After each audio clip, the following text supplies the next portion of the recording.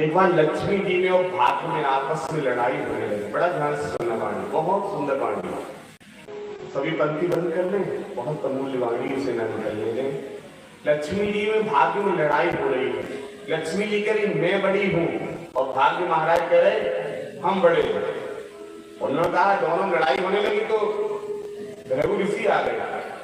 भृगु ऋषि ने कहा क्यों लड़ रहे हो दोनों लोग? लक्ष्मी जी ने कहा ये भाग्य मानते नहीं है, हम बड़े हैं। भाग्य बोले तुम्हें कैसे माने हम बड़े हैं। भृगु ऋषि ने कहा दोनों का भ्रम निकल जाएगा, परीक्षा कर लो अपनी अपनी। क्या परीक्षा करेंगे? भृगु ऋषि ने कहा दोनों अपनी परीक्षा का तो मालूम पड़ जाएगा कौन बड़ा है। ठीक है, पहले परीक्षा कौन करेगा? लक्ष्मी जी ने कहा ये भाग्य पहले परीक्षा अपनी कर लें, उसके बाद हम इनको दिखा देंगे हम बड़े कि ये बड़े। दोनों लोग एक नदी के पुल पर जाके बैठ गए, लक्ष्मी जी और भाग्य। उधर से एक बहुत गरीब प्राणी निकल के जा रहे थे। उनके पास धन नहीं था, खाने को भोजन नहीं था, पहनने को वस्त्र नहीं थे। निकल के जा रहे थे। दोनों लोगों ने पूछा कहां जा रहे हो? वो गरीब प्राणी ने कहा हम अपने पेट के लिए कुछ कमाने जा रहे हैं। पेट के लिए कुछ कमाने जा रहे हैं। जैसे ये कहा तो लक्ष्मी जी ने कहा निभाओ तो भाग्य का परीक्षा कर लो, जैसी का परीक्षा कर लो। हुआ क्या? भाग्य महाराज ने एक टिकन्नी दी। हमारे बड़े हुए जानते हो टिकन्नी, एक टिकन्नी दी कि लो ये और इससे काम चला लेना, हम कल तुम्हारी व्यवस्था कर देंगे। वो इकन्नी लेके चले और जब वो इकन्नी लेके चले तो रास्ते में उन्हें शौच क्रिया करनी थी। इकन्नी जेब में रखी हुई थी। एक तालाब की तरफ जैसी झुके, इकन्नी तालाब में गिर गई। रोते हुए लगते हुए फिर आ गए भाई, लौट के और जैसे वापस आए का क्या हुआ है? कहीं आपने निकलनी दी थी वो तो भाई तालाब में गिर गई। अब हम नौकरी करने जाएंगे। भाग्य ने कहा रुको तो जरा ठहरो, कोई बात नहीं, नौकरी करने में जाओ। लक्ष्मी ने कहा नहीं नहीं, अब हम नहीं मानेंगे, हमने परीक्षा तुमने दे दी, अब हम परीक्षा देंगे। लक्ष्मी ने कहा सुनो तुम्हारे पास कुछ है? हम इतना तुम्हें सोना इतना पैसा दे रहे कि तुम पूरे जीवन बैठ के खाओगे। उन्होंने अपना गमछा उतारा, बिछा दिया, कहा ये है। लक्ष्मी जी ने तुरंत लिए सोने के आभूषण पैसे की गड्डियां डाल दी कि ले जाओ। जब वो लेके चले अब बहुत खुशी होगी कि इतना पैसा इतना जेवरात अब तो जीवन कट जाएगा, गाड़ियां खरीद लेंगे। तो बड़ी खुशी में झूमते हुए जा रहे हैं तो ऊपर से एक बाज निकल के जा रहा है। उस बाज ने सोचा कि इसमें ये कुछ खाने वाला लेके जा रहा है। बाज ने पंजा मारा और पूरी पोटली उठा के लेके चला गया। तो फिर रोते हुए आए, उन्होंने कहा कि अरे वो तो पोटली बाज लेके चला गया, अब हम फिर जा रहे नौकरी करने। लक्ष्मी जी ने कहा एक बार और परीक्षा में कर लेने दो, एक बार परीक्षा और कर लेने दो। तो ठीक है, लक्ष्मी जी ने फिर से हीरे जवाहरात दिए।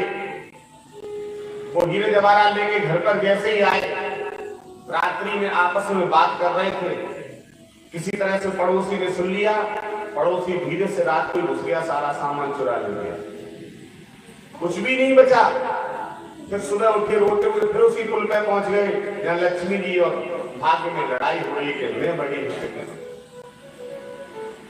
भाग्य महाराज ने कहा लक्ष्मी जी से तुमने 2 बार अपनी परीक्षा करा दी, हमने 1 बार कराई है, 1 बार हमारी और हो जाने दो। ठीक है।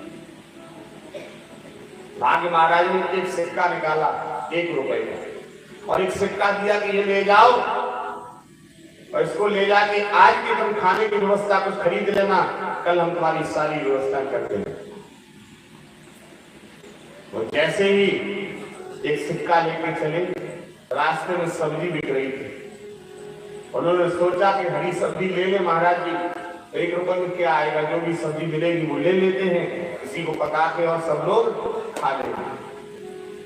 उन्होंने 1 रुपए से हरी सब्जी खरीदी, हरी सब्जी ले जाके घर पर रखी, अपनी पत्नी से कहा कि हरी सब्जी को काटना, तब तक हम सूखी लकड़ी तोड़ लाएं। वो सूखी लकड़ी तोड़ने के लिए चले, एक वृक्ष पर देखा कि जो उनका गमछा था जिसमें हीरे जवाहरात बंधे थे, उस वृक्ष के ऊपर जिस पर सूखी लकड़ी लगी थी उसी के ऊपर रखा हुआ था। वो बाज जो झपेटा मार के ले गया था उसमें बांध लिया के रख दिया। वो चढ़ते हुए गए, उन्होंने देखा उसमें हीरे जवाहरात सब बंधे हुए हैं। उसको उतारा, लकड़ी तोड़ना तो भूल गए, घर पर लेके आए, अपनी पत्नी को बताया। इधर झोपड़ी पड़ी हुई थी, वहां काम कराना शुरू कर दिया। 10-5 लोग अब तो उनके पहरेदारी में लग गए। पड़ोसी ने सुना कि हमने जो इसकी चोरी कर ली थी, कहीं किसी भी तरह से मालूम पड़ गया कि वे जान से मार देगा।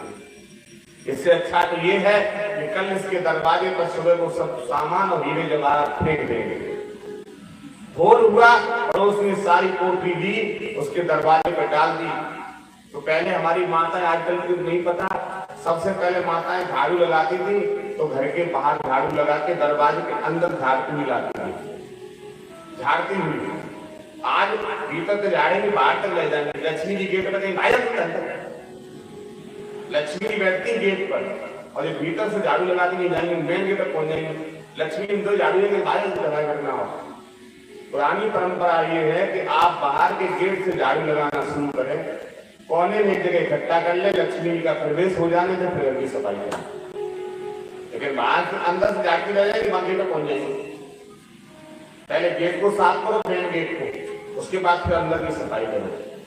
तो जैसे उनकी धर्मपत्नी गेट खोला और गेट खोल के जैसे वो सफाई को देखा तो सामने हीरे जवाहरात पड़े। उन्होंने कहा ये कुछ चोरी कर ले गए, तो वो भी आ गए।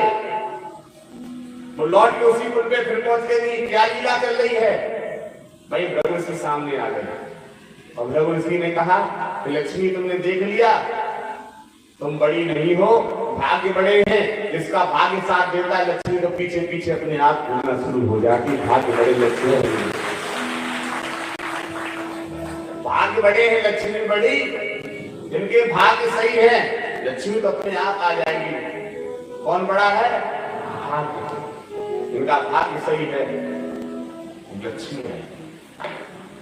तब भृगु ने कहा उस भक्त से कि भाग्य कैसे सही होता है।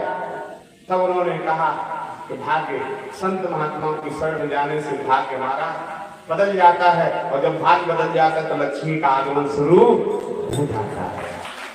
वैसे कितनी भी बिजनेस कर लो, गाड़ियां खरीद लो, नौकरी कर लो, कुछ भी कर लो, खूब लक्ष्मी आएगी, सब चली जाएगी। और जब भाग्य साथ होगा, तो भाग्य बड़े हैं, वही लक्ष्मी लौट के हमारे पास आ जाएगी। भक्तजन अधिक से अधिक इसे शेयर करें, कमेंट करें, लाइक करें और चैनल को सब्सक्राइब करें। जय जय सिया राम, जय सिया राम। हर हर महादेव शंभु। बोलिए बालाजी महाराज की।